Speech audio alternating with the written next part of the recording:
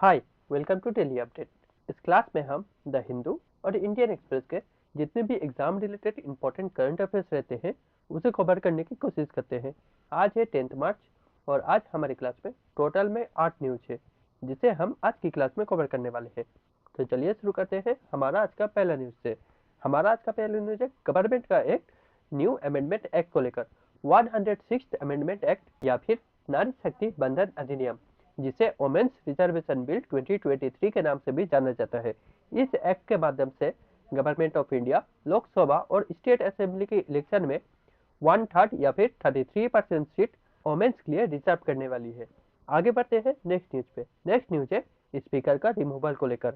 हमने अपने पिछले क्लास में पढ़ा था, रिसेंटली जो ऑपोजिशन है उन्होंने लोकसभा स्पीकर ओम बिरला जी के अगेंस्ट में एक इम्पीचमेंट मोशन को मूव किए हैं। इसी को लेकर यहाँ पर न्यूज में आ गया है अभी तक इंडिया में कितने बार स्पीकर के अगेंस्ट इम्पीचमेंट मोशन को मूव किया गया है। अभी तक 3 बार स्पीकर के अगेंस्ट इम्पीचमेंट मोशन मूव किया गया है। फर्स्ट 1954 में, सेकेंड 1966 में और थर्ड 1987 में। 1954 में लोकसभा स्पीकर जीबी मावलंकर के अगेंस्ट में, 1966 में लोकसभा स्पीकर हुकुम सिंह और 1987 में लोकसभा स्पीकर बालाराम जखार के अगेंस्ट में। But in 3 time he motion failed हो गया था और ये लोकसभा स्पीकर जो थे वो अपने पोजीशन होल्ड करके रहे थे। इसी को लेकर इंडियन कॉन्स्टिट्यूशन का आर्टिकल 94C न्यूज में आ जाती है। ये आर्टिकल लोकसभा को एम्पावर करती है वो अपने स्पीकर या फिर डेप्यूटी स्पीकर के अगेंस्ट एक रेजोल्यूशन को मेजोरिटी में पास करके स्पीकर या फिर डेप्यूटी स्पीकर को उनके पद से हटा सकती है। आगे बढ़ते हैं नेक्स्ट न्यूज पे। नेक्स्ट न्यूज है असम और मणिपुर गवर्नमेंट के द्वारा एक स्कीम को लेकर, अरुणोदय स्कीम। ये स्कीम असम गवर्नमेंट के द्वारा स्टार्ट किया गया था अक्टूबर 2020 में। ये एक डायरेक्ट बेनिफिट ट्रांसफर स्कीम है जिसके माध्यम से गवर्नमेंट जितने भी बेनिफिशियरी रहते हैं उनके अकाउंट में डायरेक्ट पैसा ट्रांसफर करते हैं। इस स्कीम के माध्यम से असम गवर्नमेंट ने अभी अनाउंस किए हैं 40 लाख बेनिफिशियरीज को 9,000 rupees per each beneficiary transfer किया जाएगा, जिसके माध्यम से वोमेन्स और पुअर फैमिलीज को एम्पावर किया जाएगा। इसी तरह मणिपुर गवर्नमेंट भी 350 करोड़ एलोकेट किए हैं जितने भी एथनिक कॉन्फ्लिक्ट में इफेक्टेड वोमेन्स हैं उनको असिस्टेंट प्रोवाइड करने के लिए। आगे बढ़ते हैं नेक्स्ट न्यूज पे। नेक्स्ट न्यूज है ईरान को लेकर। अभी ईरान, इजराइल और यूएसए का वार चल रहा है। इसी वार में यूएसए ने ईरान के जो सुप्रीम लीडर थे अयतुल्ला खमेनी उनको असैसिनेट किया था। तो ईरान ने अभी अपना न्यू सुप्रीम लीडर अनाउंस किए हैं, मुश्ताबा खमेनी, जो उनके ही बेटे हैं। आगे बढ़ते हैं नेक्स्ट न्यूज पे। नेक्स्ट न्यूज है फॉरेस्ट सर्वे को लेकर।